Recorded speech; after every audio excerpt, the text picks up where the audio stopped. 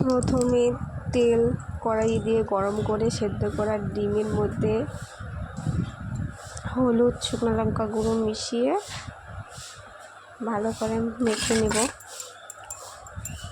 মেখে নেওয়ার পর এদিকে তেল গরম হচ্ছে, তেলের মধ্যে ছেড়ে দিব। তারপরে ভালো করে ভেজে নিব। একটু নাড়াচাড়া করতেই থাকবো। এদিকে ডিম ভাজা হয়ে যাক। তারপর গরম জলের মধ্যে তেজপাতা, লবঙ্গ, জিরে, কালো এলাচ সব কিছু দিয়ে একটু ফুটিয়ে নেব। হালকা ফুটিয়ে নেওয়ার পর অল্প সাদা তেল দিয়ে নেব যাতে ভাতটা ঝরঝরে হয়। তারপর চাল দিয়ে দেব। চালটা কিন্তু অবশ্যই 80% সিদ্ধ করতে লাগবে, একদম পুরোপুরি সিদ্ধ করা যাবে না। আপাতত ভাত হয়ে যাক। তারপর এদিকে পেঁয়াজ টেয়াজ সব কিছু ভাজা শুরু করে দিলাম। তারপর ভাত হয়ে গেছে, এটা একটু ফ্যানের মধ্যে শুকোতে হবে। তারপর সব পেঁয়াজ যা কিছু পেস্ট সব কিছু দিয়ে দিলাম। হলুদ, শুকনো লঙ্কা গুঁড়ো, জিরে গুঁড়ো সব কিছু দিয়ে অল্প ভেজে নিতে লাগবে।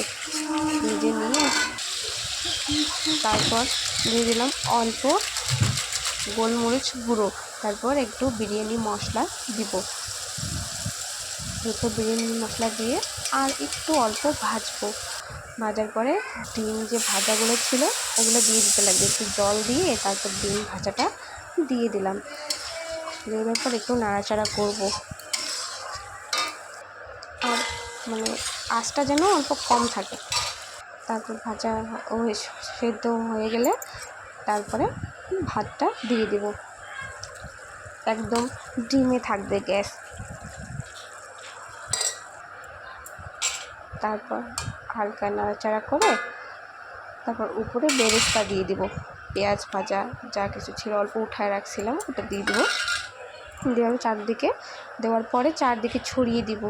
ছড়িয়ে দেওয়ার পর বিরিয়ানি মশলা উপর থেকে ছড়িয়ে দিব।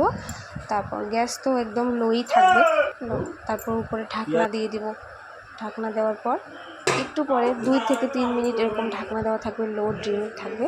থাকার পরে তারপর সার্ভ করব।